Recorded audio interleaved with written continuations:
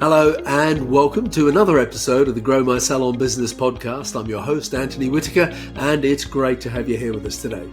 If you're watching this on YouTube and you find this video inspiring, then make sure that you hit the like or thumbs up button. It's a small thing that you can do that goes a long way for me. And if you like this type of content, then let me know in the comments below the video and make sure that you like and subscribe to the channel.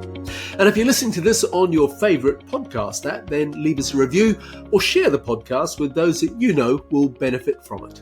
So with that said, on with today's episode. My guest today is Dylan Bradshaw, Dublin-based multi-award-winning hairdresser and salon owner who has just been awarded the Salon of the Year for the UK and Ireland. Dylan and his wife and business partner Charlotte have recently completed a total makeover of what was already a great salon, and they've now gone and taken it the next level yet again. In today's podcast, we will discuss the importance of building a brand identity, why brands need to continually evolve to remain relevant, and what it means to diversify the traditional salon offering, and lots more. So without further ado, welcome to the podcast, Dylan Bradshaw. Thanks for having me, Anthony. Dylan, it's absolutely perfect timing because I wanted to start off this podcast by first of all saying congratulations, because I think it was this week at the time of recording this that you just won Best New Salon Design. So I want to be the first one on a podcast anyway to congratulate you for that and say that it's obviously a well-deserved accolade because you have one very stunning salon. So yeah, congratulations. Yeah, thanks a million for that. It was great. It's really nice to be obviously recognised in front of your peers and your, people that I've worked with for over the years, and to be recognised that how hard the work we put into our business. Yeah, it was great. Yeah. I'm curious about the awards thing. You've won a lot of awards, and so you've been in the industry pre-social media days, and you've been in the industry really since the awards thing first started happening, because I think it was late 80s before any awards happened. And sort of from then, that's been part of your career, part of my career. But of course, now that, social media has a big impact on the industry, I can't help wondering if for the younger generation, so your younger staff members who are, they're all over TikTok, they're all over Instagram, are they still as motivated by entering awards as what you were, or are they more motivated now by getting, 10,000 followers on Instagram or TikTok or whatever it is? Yeah, it's a really interesting point you're making there. I definitely think if it was to generalize it, they'd be more interested in followers. Their win is how many followers they get rather than the effort of putting in for competitions and for... It's funny now, as in I judge a lot of competitions, business and hair, over the years, and for different brands and different companies and for different countries as well. And it's funny, the one thing they do now is, I think if anything, it's kind of dumbing them down a little or making them put in less effort because they're just taking pictures with their phone as in their entries, where when we started, many years ago, even as when I started, when I was working for somebody else and I went in for competitions, you would kind of go work with a photographer or somebody that was a photographer. You'd have a makeup artist, you'd put effort into the clothing, you do all that stuff to put in with your entry. And I think the way it's going now is we're nearly just asking them just to show up and take a picture. So when you see the entries coming in that I'm judging, and there's hundreds in some categories where they're trying to bring it down to the top 20, let's say, you've just seen people it's nearly like Instagram shots or TikTok shots. They're not the most exciting looking things, and we don't really get to see an awful lot hair, I suppose the styling of hair and so on.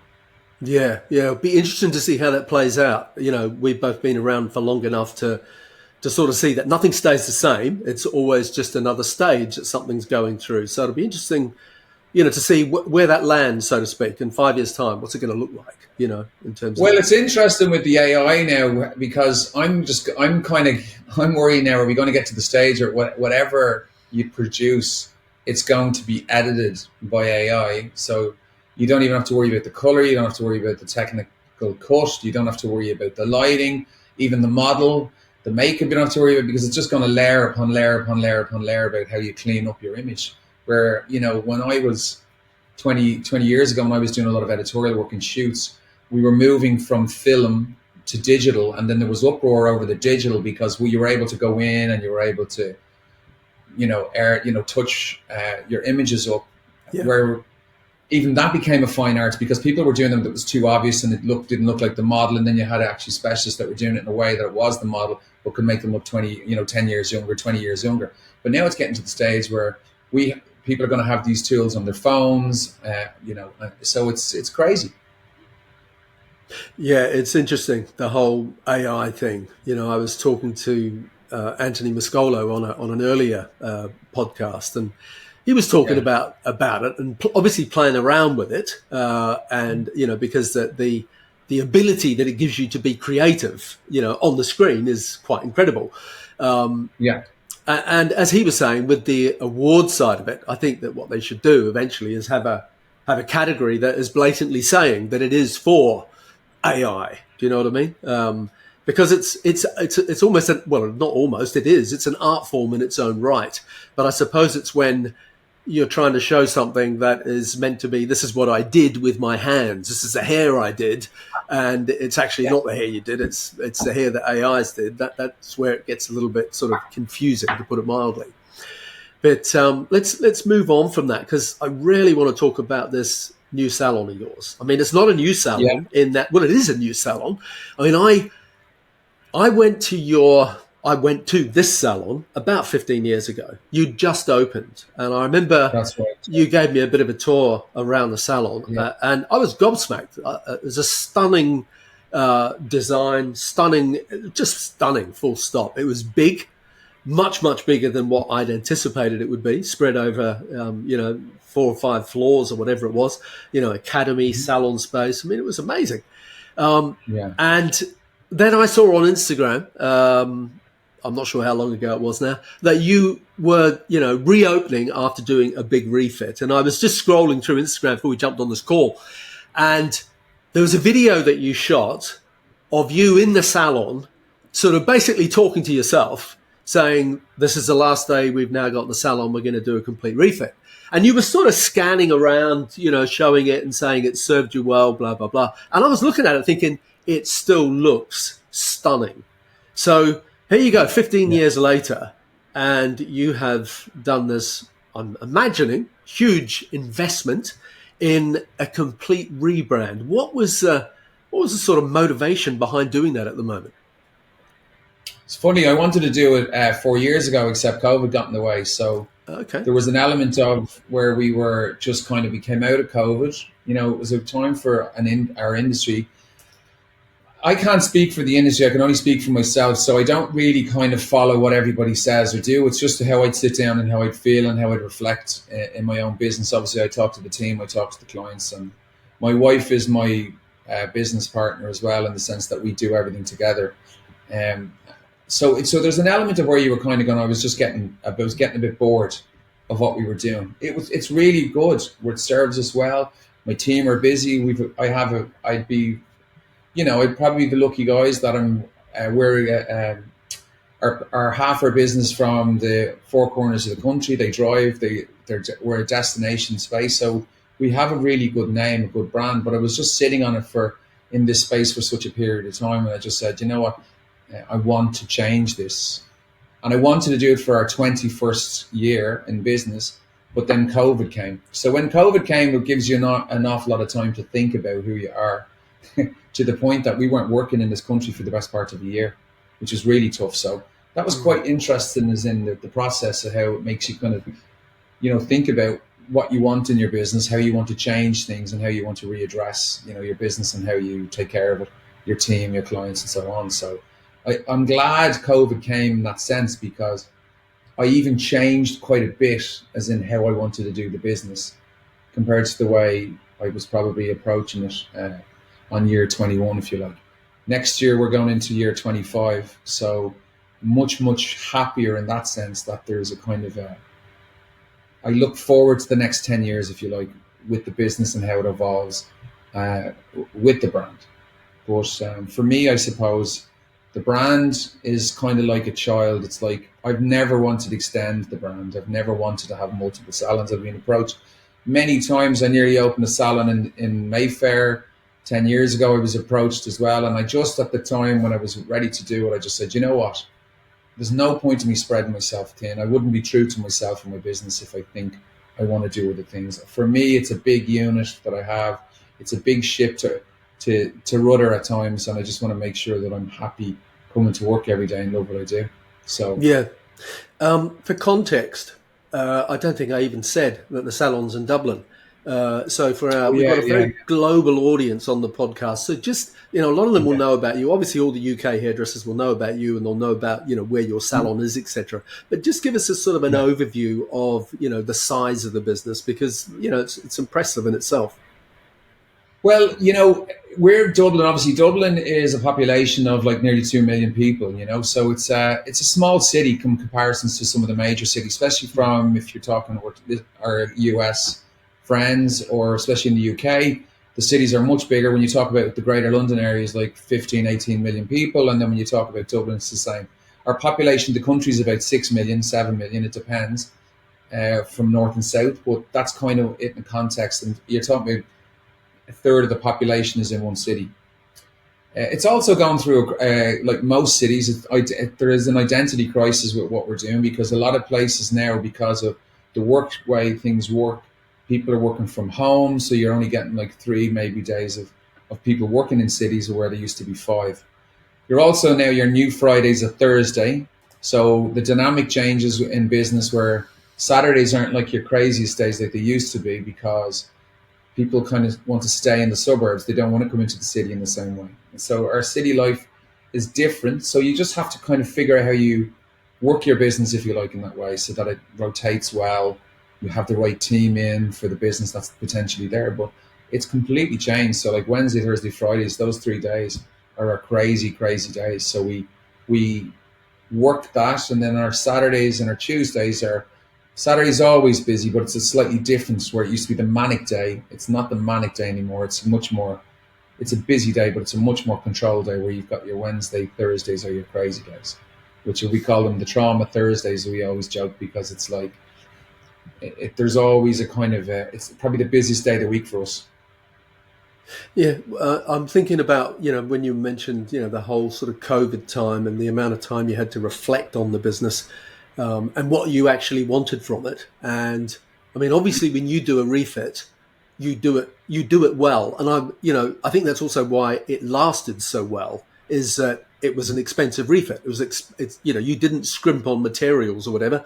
So it had lasted a good 10 years. And as I just said, it still looked like there was nothing wrong with it. And you've ripped all that out, and you've completely changed the look and the feel of it. And it's beautiful. It's just as beautiful, but in a different way. Dare I say, and I suppose this is what you were setting out to do, in a more modern way. And, hopefully that it's going to last you, which it is going to last you, at least another 10 years, as a salon, and look current and feel current. So when, you mentioned COVID, and, we sort of touched on, Gen Z, and we touched on different employee and consumer expectations and work-life balance and all that sort of stuff. How did you, and obviously you've got a great design, a great architects, etc., and I know your wife plays a big part in this. How was all that stuff influencing you in terms of the design and the look and the feel, as in what is going to look right and be right for the way people want to live and work for the next 10 years at that sort of emotional level? So I think for me was, I really wanted to step away from having a hair salon. I suppose we talk about the size of the building for 10,000 square feet. I didn't want to work in the height of what we had. I had 80 people working under one roof space at one stage. And I just didn't enjoy it. It was too busy. It was too manic. It was too crazy. It was just, and sorry, that was before I had an academy as well with another 20 kids on 2 levels further up with 4 educators. It was quite a very big, vast space, and I travel a lot with work, because I obviously look after. I'm obviously a global ambassador with Dyson, but I also look after celebrity clients. I do shoots. I do all that sort of all the personalities doing music videos and all that. So I'd be going away, but I'd also be coming back to. This needs work. And it nearly broke me, to be honest with you. It was just a really, really tough gig. It's kind of one of those things that you learn where you just have to find that the happy medium over time. Was what's the numbers, like turnover, as you know, and I'm sure you've spoken about this many times with business owners.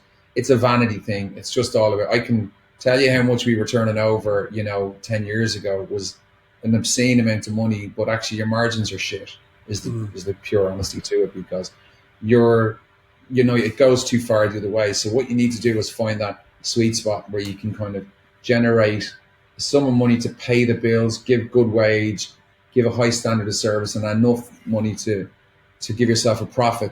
And not a profit for yourself, a profit that you're able to reinvest in 10 years' time, that you're able to squirrel your savings away over the next 10 years to do the next refit. So you're not taking loans, you're not taking and putting yourself into any sort of unfortunate space like that, where, anything that we do, we don't owe anything. We don't do bank loans. We never have done. We do everything the whole journey of what we've done in the last 25 years is to reinvest back into your business. And when we sit and we talk to the staff, we go, we're driving our business a certain way so that we all have a good wage, we all make a good living, but we also get to reinvest it back into the place that we work.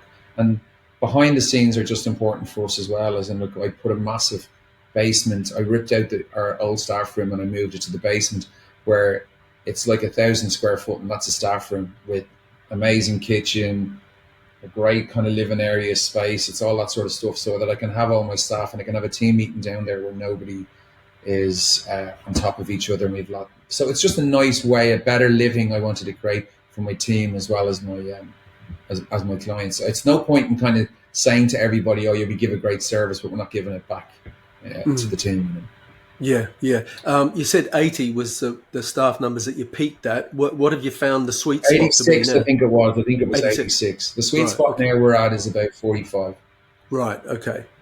And you open 7 days a week?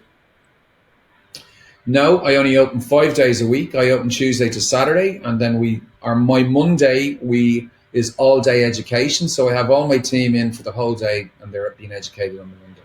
Right. And there's a salon component, because I know you've got the academy upstairs. Does the salon component take up 2 floors? Yeah, it takes up 2 floors. But actually, I got rid of the academy after lockdown, because it was actually another thing where I looked at and I said, yeah, it's doing okay. It's making money, but it's too work intense for what we get in return on it. So I actually said I need to use the space more.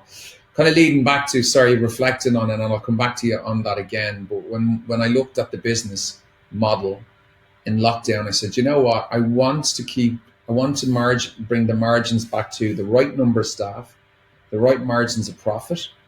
But I also want to bring in other revenue streams, and I also want to keep the building like a hub. So what I decided was, and through that journey, was I wanted to have Dylan Bradshaw as a store, not as the salon. And over the next couple of years, our education is with everybody, it's that Dylan Bradshaw is a brand that has other concessions within the building that we're able to use, other revenue streams that come in, but it's all under the house of Dylan Bradshaw, if you like. And that's what we decided that we wanted to do.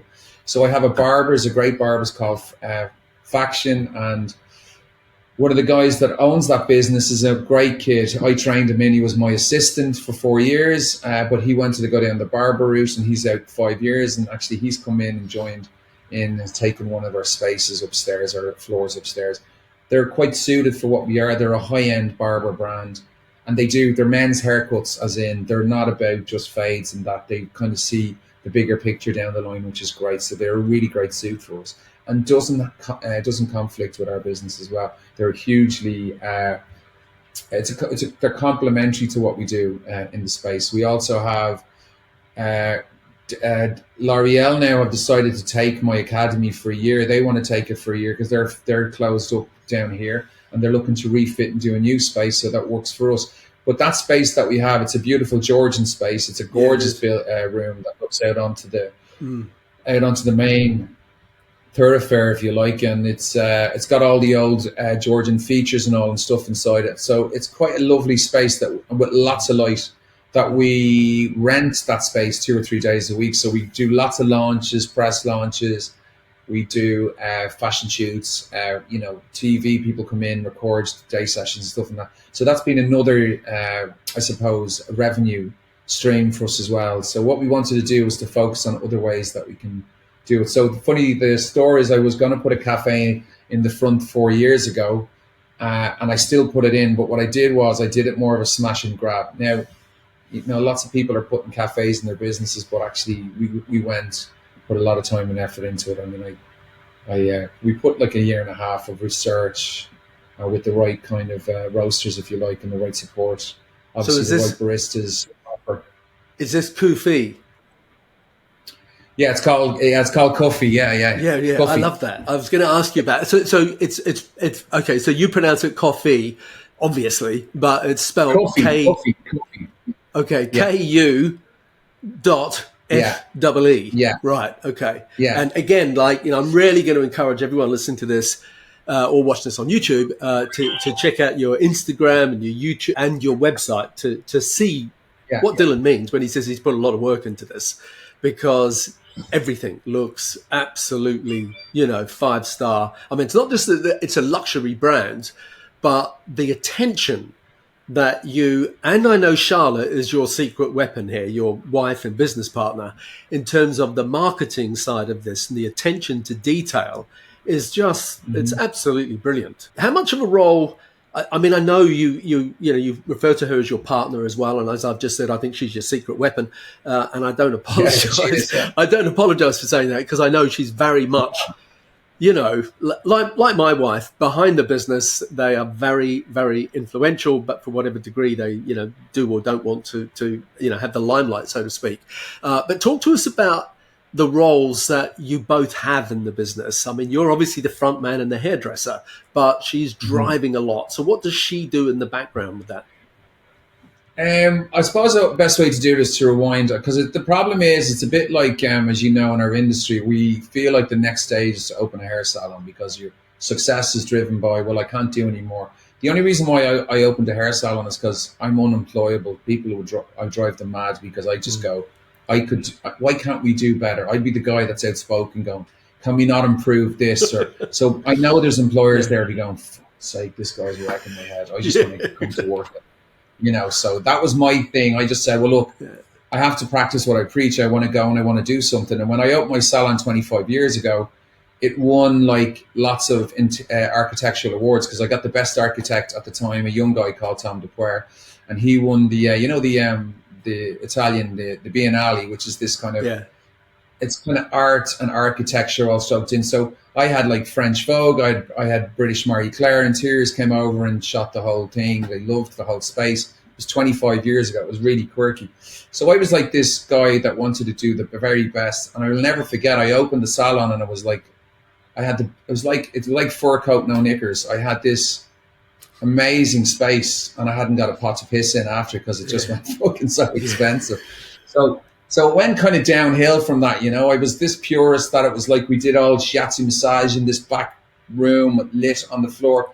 Like it was so ahead of its time. It was crazy, right?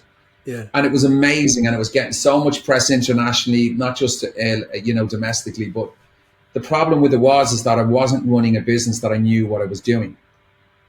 So it was amazing work going out the door. The place was incredible, but at the end of the day, it was like going, yes. So how do I pay this bill and that sort of thing? And that was the problem. So it was like a stroke of genius. About 2 years later, when I was really kind of like stuttering all the way through the week, I met this young lady who didn't want to have anything to do with me, who was an accountant by trade, and that was Charlotte. So we just kind of, I think there wouldn't have been a Dylan Bradshaw hair salon at this point if I didn't have somebody that was watching the figures, And that's something we gotta. It's funny when you talk about it. Like I'm genuinely an open book. Everybody kind of reaches out to me all the time through the UK, US, whatever you want, asking me questions constantly about what about this, and I tell them, I said, don't do it. And I would 100% say, if you want to have a partner and you're a hairdresser, don't have it with a hairdresser. Have it with somebody that's has a business background, an accountancy background, money and numbers background, that at least will keep you and keep you at a level where you can understand to the point it's good practice when you're running a business that you can kind of say, okay, well, I can't make that happen. I have to work within this parameter. So you're not a busy fool where you've done all this, and it's like what did they say, the swan or the duck? It's all this calm on the top and then pedaling like shit underneath. That's part of our industry, that we have to be so careful in how we run our operation or business. I thought her background was marketing, so it's accounting. No, she's an accountant by trade. Yeah, no. So listen, she's like, as I call her, she's a Swiss Army knife. She has a different attachment for everything. Okay, good on her. Good on her. Wow, and the knife was to stick in me if I'm not. Myself All right. When you were talking before, you talked about the investment you'd made for the break room downstairs for the staff, for that because of the staff experience, and that's really good, and I loved all that. But what I want to ask you about is, with the refit, how did you want the client experience to change? The experience for me is different. It's not going to be a salon as such. It's kind of, I remember I learned from the first architect I ever worked with in my salon 25 years ago. People thought it was a sushi bar when it opened first, and then they didn't know how to get into the salon space, and we didn't have a name over the door. It was just lit blue neon light. And I took that away with me because I want people to rethink. I don't want people to come into your space and take it for granted because they see something and they can judge it. So always with what I do is that I make us rethink and go through a different journey and a different experience. And it's the same thing with our clients. It's with our team. I kind of really want to kind of, fuck it up a little bit in your head going, what is this when you walk in? And it's very important for me that, people go, when they come in for as we say, a coffee. And when they come in for a coffee, they're like, oh, and they're nearly like, is this a salon? And we have this thing where I have my guys going, yeah, no, it's open for business. Come on in. We have a seating area outside and all that, which is great. But actually the whole idea was to draw people in. So the design aspect for me is that if you're coming in for a coffee, you nearly want to go in and have a look at the salon. But then we also have homewares, which we haven't discussed. That's another revenue. I'm coming to that. Yeah, I'm coming to that. Yeah, so I want them to hang for that, for that period of time where they're waiting for their coffee to be made. And they're looking through the shelves and it's all this kind of, oh, that's nice, I like that. And then it draws you down to the salon, which is, if it's the theater, it's the energy, it's the engine, it's the motivation of coming further into this, into this space. And that was the whole idea. So coffee for me was not just about a hook. Like I wanted to be like, it's a great product, it's a great brand, and we have great products, great baristas. The coffee is amazing, and I don't say it lightly. It's really good. Well, I love the name of it itself. I just love the well, brand. I'll tell you how funny the name. The reason why we did coffee was just because I'm dyslexic, and the whole idea was we wanted to make something sound. You read it, but actually it kind of okay, and that was the whole idea. So when you read it, it's not like it doesn't say coffee, but as when you say it, it kind of triggers something. Oh, coffee, and that was the whole idea. When I sat down, it's like those things. I'm really good creatively. That's my thing. My wife is, as she says, we jump off the cliff and we build the wings on the way down, and that's always been the case. So I have the ideas, and she has to figure out how we pay for it. Right. Okay. I haven't physically been into the new salon, but I've been looking at it online on your Instagram and website, etc. Yeah. And it's got a very female influence about it compared to the previous one. It appears to. So again, is this Charlotte? Do you have a female architect? This is what I was meaning when I said to you, how did you want the client experience to change? Because it feels, females. I think I disagree with you on it. Okay. And I don't mean it that way. I think it's softer, if anything. It's warmer, as in color, because everything was black and white, and it was hard, and it was glass, and it was a much more clinical fit out, the last one. But definitely this one was the whole inspiration was we wanted to bring back the heritage of the old building. So we wanted to use materials so all our wood is hard oak. So our units is hard oak, all our displays is hard oak. and there's a mix of it with our counters and with our, and that, so we have what you call it, like terrazzo floors, we have brass, and we have green marble and green tiles. That's our color palette. That's it. 5 materials. Yeah. So what it does is, what we wanted to do was, we consciously made the effort that we wanted to give this warmth as you come in, that just has a feeling of an older kind of fit out with the modern twist to it. So I suppose the only kind of feminine side of it, if you like, would be where we have a unit in the middle where we have these great kind of pods that you can sit in the middle of the space, where there's just kind of dried flowers and floral kind of stuff that's attached into that. So it does soften the feel on the salon floor. But kind of everything else wouldn't be, it's just, I think it's definitely a lot warmer as a fit out, you know, and it just has that kind, it's like a psychological, it's like a trigger when you just sit down, you just kind of feel it's homely and it's inviting, and that's what we wanted to do, you know. Yeah, okay. With the refit, and I know you said at some point, you said to me, you know, you're not that techie yourself. The previous incantation of the salon, I remember going in there and seeing the shampoo area and those amazing, you know, basins that you've got, to forget what they're called. And so there was quite a bit of tech involved, or that was my impression, in that design at the time. Have you brought, you know, these days there's so much new tech that's happened, you know, in the last 5-10 years, and it's just constant. How heavily have you integrated new technology into this new space? So that's a really interesting that you bring up about the basin. So I drove everybody mad, because in all of this that we're talking about, I wanted to try and reuse and repurpose. So we have a really interesting fit out, but I reused all the basins. I got them all reconditioned, stripped down, resprayed, rebuilt, and done. So those basins are 15 years old.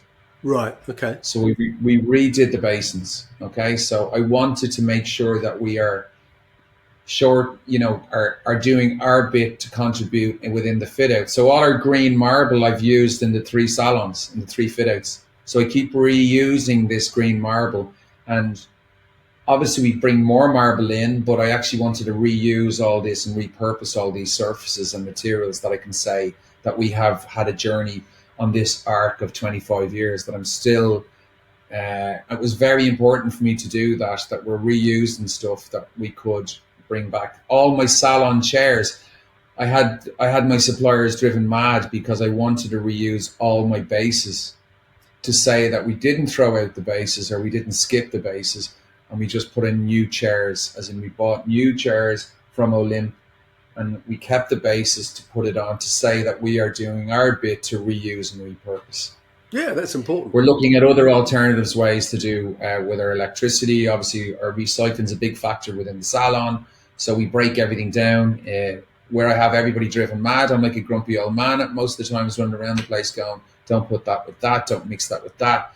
All our coffee grinds, ironically, we send off to a company that they reuse them for fertilizer for all our planting outside and all that stuff. So we reused all our leftover and our waste of coffee, so that we can use all our fertilizer products to put back into all our planting and all our boxes and all that stuff outside. So that's really important, is that we have all these little journeys and what we're doing. And it's the same with our metals and all that sort of stuff we're trying to reuse and repurpose as well.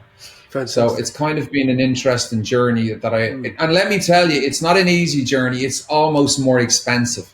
Actually, it is more expensive. But it is, partially you're able to do that because you buy quality all the time. So if you buy quality, if you buy some cheap junk that's just a rip-off of something, you're just not able to do that, because it just doesn't have the integrity. It might look nice when it's brand new, but 4 or 5 years later you're chucking it out. Whereas you invest in good product, good materials, you pay top dollar for it, but you really get the value out of it. So well done. Well, you use materials that don't age, which is really important. I mean, you don't want gimmicky fit outs. That's the one thing I'd say to anybody. Timeless it's all about time. So when you look at design, if you look at architecture, if you look at fashion, if you look at couture, it's timeless has to be put into something where you can turn around and go, it doesn't age. It's like when you said 14 years, or you looked at our fit out when we were closing, that was 14 years old, is that the materials are timeless, but they're also good quality. So we maintain them well. Yeah, exactly. Now, you touched on homewares. Yeah, The online part of your business has grown dramatically.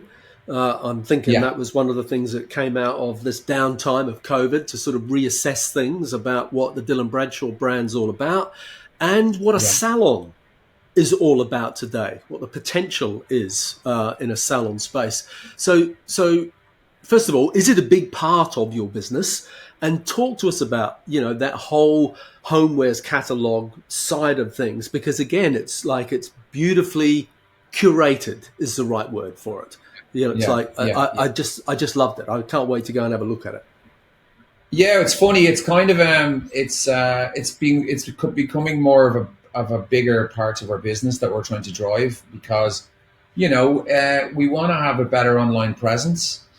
We want to do our little bit better. We want to grow our business, but you have to grow it naturally. There's an element of the online business where I'm still trying to. We're still scratching our heads, going, "What's my return for what I invest online?" When we Mm. buy, uh, Google, and when we buy through our social media presence, how do we get a return for this? It's a very difficult one, and it's a bit of a it's a minefield, really. It's quite difficult to try, and so we're doing it slowly.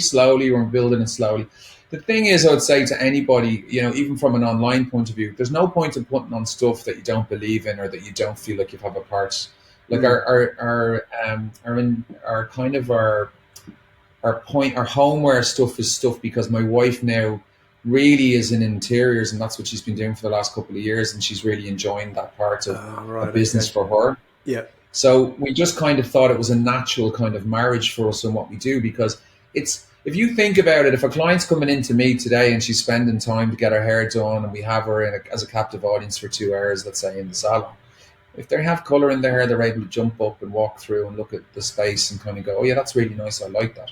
If they have a cup that sits in front of them that they're drinking coffee out of, we spent ages trying to find the right ceramicist to try and to produce a coffee, that cup that represents our salon. But we have three colors in. It's a good, heavy, juicy cup that has mileage to it. Yeah. When they get their croissant in this plate or on this board, we also sell that. It's part of buying into the Yeah. culture of when we go to Dylan Bradshaw's store. So it's these sorts of things that we kind of put so much time and effort in, even 2 years before we even opened our doors, because we were like trying to find these kind of products that really represent stuff that we love, that we Mm. want, that's our influence, that we like. And they're things that have actually, clients kind of go, you know what, I love this fit out. And they go, well, actually, there's part of it over there. So go over and, knock Mm. yourself out and have a look. And if there's things there, the secret of it is for us as well, is we don't want we want stuff that people can say, oh, that would make a lovely gift or a lovely, or I could Yeah. put Yeah. that, on my table, or I could put that at my, dressing table or in the kitchen. We want people to leave, not with boxes, just with stuff that they can go, that's 50, that's 80 euro. It's a perfect upsell in Mm. what we're doing, and then we're happy to do that. Or if they want something for 10 euros. So that was kind of the whole idea behind it. And it's something that's growing really, really nicely. Actually, ironically, I'm in Spain tomorrow for 2 days, and then we're going on to Paris for another 2 days for a buying trip, because we're looking at products and stuff that we want to do. So if you asked me 5 years ago, 10 years ago, that what I do in my business, that I'm going looking at interiors, I'd go, wow, that's interesting. But actually, it's a part of what we want to do Mm. for our business to grow in other areas within that space under this roof. Yeah, no, look, I'm all for that. I know, other people in the industry who are looking at, doing similar versions of that. A lot of people get it wrong. They sort of see it as we've got the space, we need to sell some other stuff, and then they'll put all sorts of stuff in there, and you'll walk in, and it'll just be like, give me strength. You know what I mean? You've just made it look like a bazaar. It's just not a fit. So it's got to be. It's an exercise in taste and merchandising and curating just the right things. And again, if anyone wants to see a 5-star example of it, just go to your website and click on that homewares link on there. It's It's beautiful, beautiful. it's kind of funny, Anthony. It's just you see, the thing about this is, and this is what I would love people not to do, right? Is Mm. your business, right, is your business. It's not anybody else's business. It's not a business that you should copy and paste what somebody else is doing down the street or the street behind you or in another country. Find what your passion is, find what you guys love, and if it can complement what you do, amazing. Try and work it. The thing which is funny about these sorts of salons that we have is we're in neighborhoods. We have people that come through the space. So if you can sell something, or there's a product, or somebody wants to sublet, or there's or you want to have a piece of somebody else's business, and that it's a fit, work with it. There's ways and means to look at these sorts of spaces that we work in, that we can say, you know what, it's hugely complementary, and it's hugely it could be a really good part of what we do. And that's what we wanted to do as our business, because we want to have a store with everything in this space, where you can actually kind of go, it's actually a really interesting space when you come in and you go, I like that, I'll have a coffee and let me try that, and God, maybe I'll book in for here. And it's just that kind of whole journey, and that's the way our journey works within the salon. Yeah, and I'm saying salon, so I should be saying store. Store, right? Okay. We've mentioned Charlotte, and you said something which made my heart sing before, when you said that we don't get a bank loan, and a lot of people would be surprised at that, because often what I find salon owners do, people that I work with coaching or whatever, they go, oh, we've been in business 10 years and this place needs a refit, I need to go to the bank and get a loan for $250,000 or whatever to do it.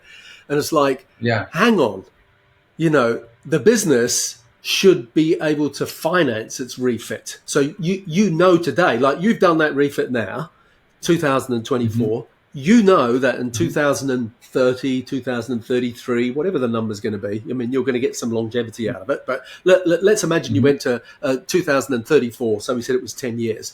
Now that, assuming you're still hairdressing, now that there's going to need to be a ton of money spent on a refit, a reinvention of the brand.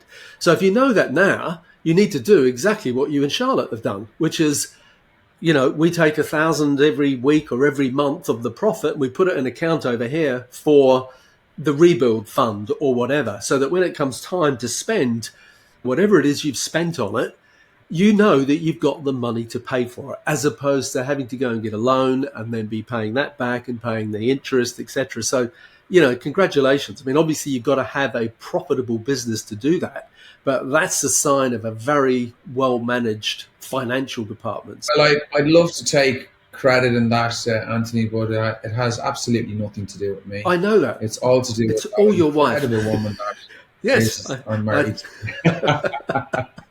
I know. I love it. As we say, I'm the ideas man, and she's like she's scratching her head, going, "Holy shit, how are we going to do this?" So but that's together, why we have a good partnership. Yeah, together you make it work. I think I would say to everybody is try and save, a percent, like what you said, every week, and squirrel it by, because that 10 years that we all talk about, that actually it's ages away, is the part that actually will catch up with you. That if you're spending it and not putting it back into your business, that's always been our mantra from day one, is that everything we make, we put it back into the business. Like to run this salon, just from lecky, paint, decorating, maintenance. I'm not talking about the fit out cost, would cost us 50, 60 grand a year just to keep, it looking new all the time.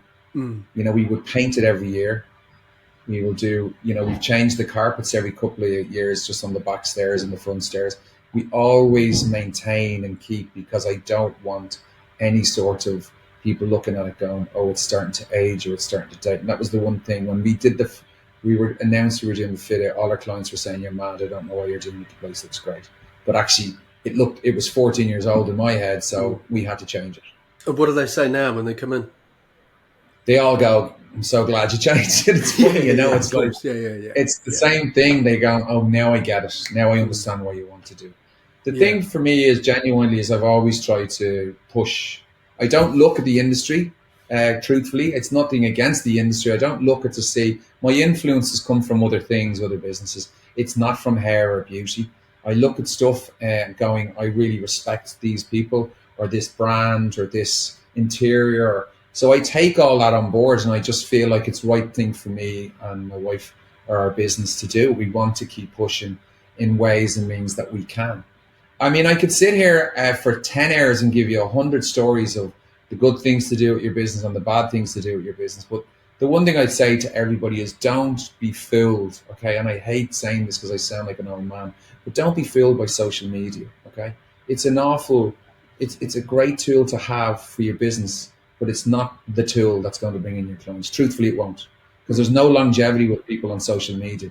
When you have people on social media, their appetite is just one time only. They want a taste of what you do until somebody else posts something else and they get the taste of the next person.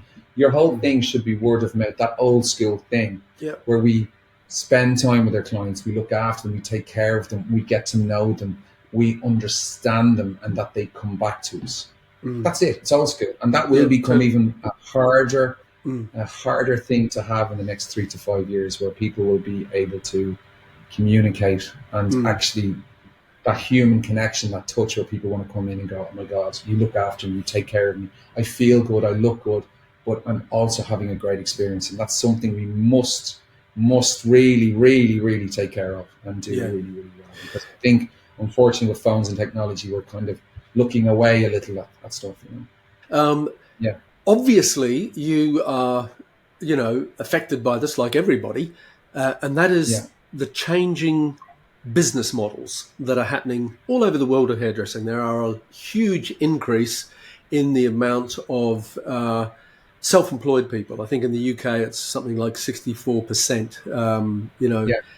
And it's similar in the US, in the Australian market. It's everywhere that there are a lot more self-employed people in the business. You did mention you had a barber upstairs who was like a business within the business, but are your team, generally speaking, is it an employee-employer relationship, or are they self-employed staff? I have no chair rentals in the salon, right? None whatsoever. Yeah, it's a process that I've fought hard with. I've had lots of staff over the years. Not lots of staff, sorry, that's a lot. I have staff over the years that have said, look, I want to rent a chair, and I go, I can't do it because I can't control my brand. For me, it's just an issue that if I go, it's not easy. A lot of businesses, unfortunately, have had a gun put to their head where they go, okay, fine. But it's my job for me is I want to make a business for everybody that they can make a good living out of, but also support them in the ways that we can, and give them the support with the assistance, and give them a great environment and a place that they really are proud to come to work every day. And so my job is to do all the other things around it to try and make up for I suppose the sidetrack of, I can make more money if I go work employed. Ironically, now when you talk to people, obviously I was in London on Monday, and lots of people were coming up to me saying that they're finding lots of people are starting to come back now, because obviously hairdressing and accountancy is probably not the greatest combination of it can be our weakness, if you like, that we have to make sure that if we are doing it, we have to run it really tight and run it really well and efficiently, so that you're making a good wage, if that's the route that you want to go, and that you take care of your business. So one of the things that I think is really important that a lot of people perhaps aren't thinking about, and I love the way that you're doing it and how firm you are about your stance on it, because that is your brand.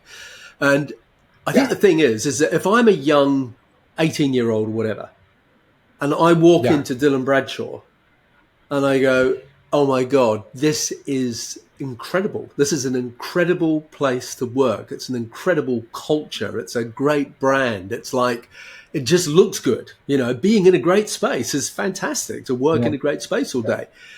That is so much more aspirational than, by and large, working as a independent in a little salon suite studio, of one or two, that obviously just simply can't afford to do that sort of fit out. Now, I know there are a lot of people tinkering around the edges with trying to create different business models that are sort of co-working spaces that do that, and to varying degrees, some of them are doing it successfully. But it's interesting. I just, if I had a kid and they wanted to be a hairdresser and they were going to work at Dylan Bradshaw and I went in there as their mum or dad, I'd be pretty proud of where they were going to work. And I suppose what I'm trying to say is that's a really good thing. And that with there being so many renters, being so many self-employed people, is it hampering the aspirational aspect of I want to become a hairdresser? And I'd say the answer is probably yes. Whereas when I started hairdressing and you started hairdressing, there were places that were aspirational that you really wanted to work for, and your brand is. So let me ask you that question: do you have people frequently that want to come and work there, or are you like everyone else going, Anthony, I just can't find staff? I think you find staff because you have a culture within your business that they find the staff for you. You know, that sort of way. I mean, if you're going to stick stuff online and hopefully somebody's going to knock in and all that, that doesn't work. It's all word of mouth. It's like, I mean, I know I'm not banging on about I'm anti-social media. It's a huge part of what we do. So I'm not saying that. But what I'm saying is it's much easier to connect with somebody, as we've said, if they're sitting in a chair, and you look after them as opposed to doing something online. It's the same principle if you're looking for people. I have a team downstairs, and they really love what they do down here, and they're passionate. So they will know if somebody's out there. I also know that if we have somebody that works in the place and they're not working out, my team will nearly reject them. And I don't mean that they're like push them out. I mean their standard will actually make this person sink or rise, because they'll go, well, this person's not pulling weight, or they're not part of the team. So it's kind of the culture for us is about, we always find our way. We always find the right person. It's another thing is I've made mistakes in the past where you panic hire. Okay. So it's one of those things. I know we're getting a little bit off, but you always have to hold your ground. You have to hold your ground. You might get one of your big staff or big team is left or is leaving. Let's say they're going around the corner. They want to go self-employed or whatever. You nearly feel like you have to react and go, I need to get somebody else. We don't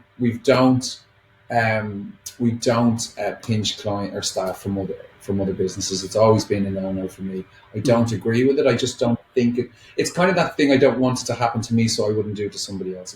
It's been a really big part of my, and actually to the point where somebody has come to me in the past where they want to leave a business. I nearly ring them. I say, well, look, you talk to your boss. If you can't come to some sort of arrangement, I'm going to ring your boss and say, well, look, they're off. They're coming to me, but out of respect, I'll ring you and I'll talk to you.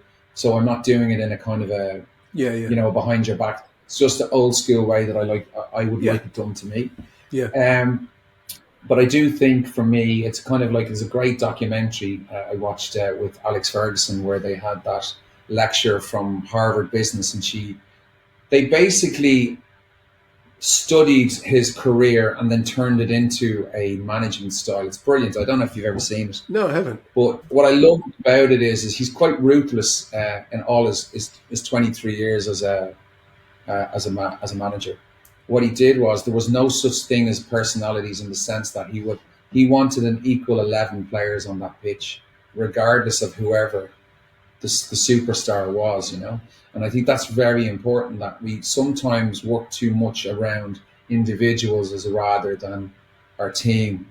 So we really must take care of our team, and everybody has to have a bite of the cherry and get their, you know, and I've made those mistakes in the past where unfortunately we kind of, you know, it's the bigger taker, or it's the higher profile, or the whatever, where we're trying to look after them. What we're doing is more damage to our business, because we're not taking care of everybody else partners wise, but we're also giving people the wrong impression about who they are in the big bad world out there. So it's one of those things that, you know, Ferguson used to get rid of these personalities on the team that people go, oh my God, I can't believe you got rid of Yap Stam, who's the best defender at the time in playing for United, and he just was ruthless and got rid of him, because he was like, nobody is bigger than what we do. And that's our philosophy for quite a few years, is that, look guys, we're all equals. There's no hierarchy in this space. If you're from me down to the trainees, we all have to pull together.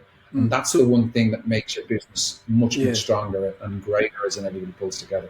I absolutely love that. The final question that I was going to ask you, I'm going to ask you anyway, but you may have just answered it. And that was, you know, what is the biggest lesson that you've learned over the years? If you were going to pass on one thing to some aspiring, you know, 25-year-old version of Dylan Bradshaw about to open up a salon, you know, what would you say was, listen, if you're going to learn one thing from me, this is what you need to learn? Anything you'd want to add to what you just said? Not really. I think life is about, I've learned most of my great lessons is from my failures. And actually, you're only going to learn those lessons by failing. I think anyone that tells you this and sits down here and takes notes are going to go, great, that's brilliant. But it's the journey. Like, the journey is everything for me. And my journey still continues, you know. We still learn every day. So I'm this kid that always never listens. And actually, I still continue to never listen. You know, that's part of the journey. But the never listening is the good part, because you go and you do things that people say you're mad. You shouldn't do a fit out. Why would you do it at this time when the industry's going the way it's going? So, you know, you don't look back, you just look ahead. I've made so many mistakes, but they're not mistakes. They're just lessons that you learn along the way. I'm a lucky guy. I have a business that I love. I have a great team that I love. I have a great wife that I love. And kids, we're happy, we're healthy, end of. So the mistakes that we make brings you to this point now that I'm having this chat with you. We picked up an award on Monday as in best hair salon in UK and Ireland, and there's more of those kind of hopefully exciting parts to play. And there'll be also, when I close this laptop, I'll go downstairs and somebody's telling me that one of our clients isn't happy because of X, Y, and Z. So it's just continuation. We just keep pushing and moving on forward. So that's it. Okay. All right. Well, where can people connect with you on Instagram or other social channels? Yeah. Obviously, I'm in Instagram. It's Dylan _ Bradshaw. I mean, look, you can find me or my salon on it. It's very, very easy. And if anybody has, honestly, any questions, drop me a line and I'll get back to you at some stage. But also, it's kind of one of those things. If you're in Dublin, you know, we had for L'Oreal about 5 years ago, we had 80 Americans we hosted for 3 days in the Salon, which was great education-wise, and we were also given the whole experience of it. So we reach out, call in the door, have a coffee, we'll have a chat.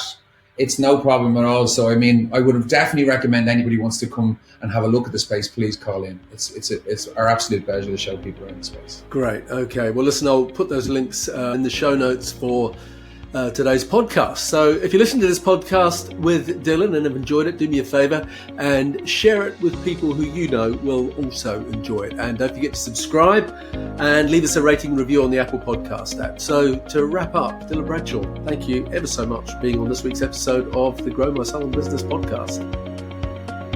My pleasure. Thanks, mate.